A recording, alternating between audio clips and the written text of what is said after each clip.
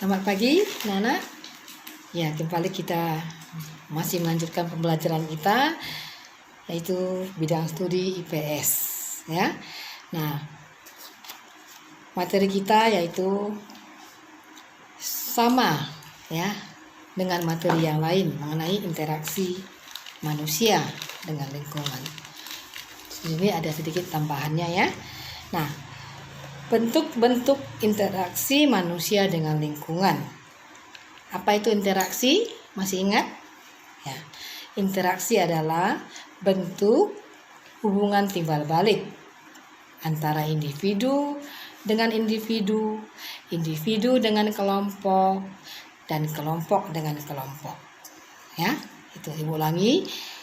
Interaksi adalah bentuk hubungan timbal balik antara individu dengan individu, individu dengan kelompok, dan kelompok dengan kelompok. Itu dia ya. Nah, selain itu manusia juga berinteraksi dengan lingkungan hidupnya. Ya. Antara lain ya, interaksi antara manusia dengan lingkungan hidup merupakan proses yang saling mempengaruhi. Ya. Dalam kehidupan sehari-hari, manusia melakukan interaksi dengan lingkungan, alam, sosial, budaya, dan ekonomi. Nah, di sini kita akan mempelajari ya, yaitu lingkungan alam, sosial, budaya, dan ekonomi. Empat ini akan kita bahas satu persatu. Nah, yang pertama, interaksi manusia dengan lingkungan alam. Ya. Nah, interaksi manusia dan lingkungan ya berlangsung melalui dua cara, yaitu manusia menyesuaikan diri dengan alam dan manusia mendominasi alam. Ya, pertama, manusia menyesuaikan diri dengan alam. Yang kedua, manusia mendominasi alam. Nah, pengertian pertama yaitu interaksi manusia yang menyesuaikan diri dengan alam. Ini contohnya hidup ya dekat dengan sumber makanannya. Ya. Nah, kalau itu interaksi dengan mendominasi alam, contohnya manusia melakukan pengambilan sumber daya alam secara besar-besaran. Jadi meskipun ya dikatakan manusia itu mendominasi alam ya, namun sebetulnya manusia tidak dapat mengendalikan alam. Ya, tidak dapat dikuasai alam. Kenapa? Ya, misalnya contohnya lah, manusia tidak dapat mencegah gunung yang meletus.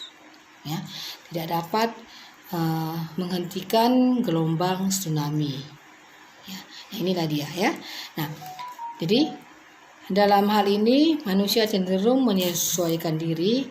Ya, contohnya penduduk yang tinggal di daerah gempa, ya mereka mengembangkan teknologi rumah atau bangunan tahan gempa. Ya. Nah, yang bagian kedua, interaksi manusia dengan lingkungan sosial. Lingkungan sosial adalah tempat di mana masyarakat saling berinteraksi dan melakukan sesuatu secara bersama-sama. Contohnya di sekolah, ya ini paling nyata ya. Nah, jadi kalau di sekolah terjadilah interaksi sosial antara siswa dan guru. Nah, kalau di pasar, terjadilah interaksi antara penjual dan pembeli. Ini interaksi lingkungan sosial. Ya, jadi ingat ya, anak-anak, untuk mengingat lebih nyata, lebih jelas kalau lingkungan sosial itu antara siswa dan guru. Ya. Nah, yang bagian ketiga, interaksi manusia dengan lingkungan budaya.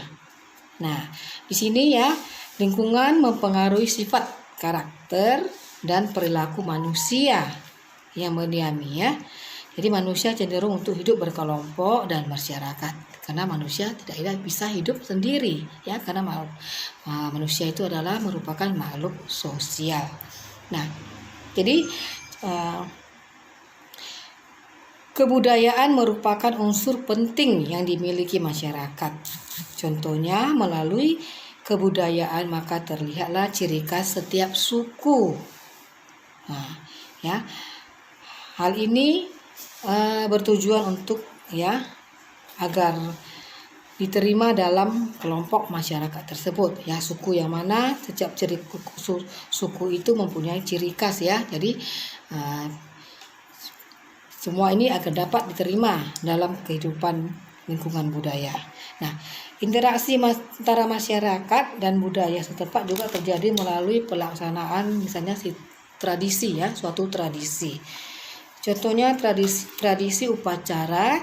Di sini kita ditunjukkan upacara Seren Tahun yang dilakukan di masyarakat Sunda. Ya, ini contoh aja ya. Nah, selain itu bentuk interaksi manusia dengan budaya setempat juga terjadi melalui penggunaan bahasa daerah, menaati aturan serta norma yang berlaku di tempat tinggal. Agar apa? Agar semuanya ya bertujuan diterima dalam kelompok masyarakat tersebut. Ya. Nah, bagian yang keempat, interaksi manusia dengan lingkungan ekonomi.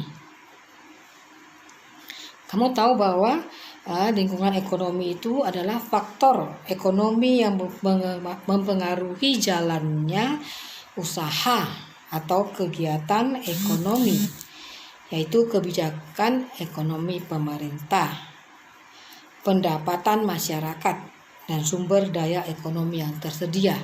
Nah, secara umum, interaksi ekonomi ditandai dengan adanya hubungan antara dua individu, ya, atau antara individu dengan lembaga yang menggunakan proses transaksi uang.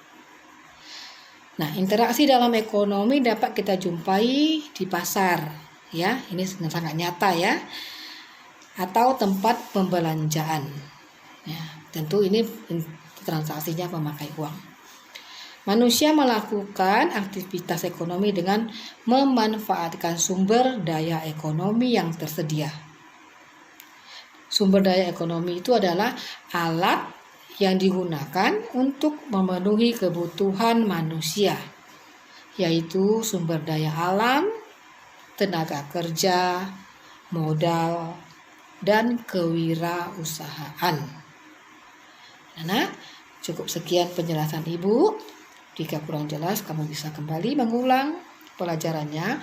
Dan di sini Ibu mengharapkan supaya kamu menggarisbawahi, ya, baik itu buku siswa boleh, MBP boleh, ya, digarisbawahi yang mana yang penting. Asal jangan kamu mengisi latihan MBP, itu tidak boleh ya. Nah, kamu baca bukunya supaya lebih jelas, agar kamu bisa menjawab latihan. Oke anak-anak, selamat belajar, selamat pagi.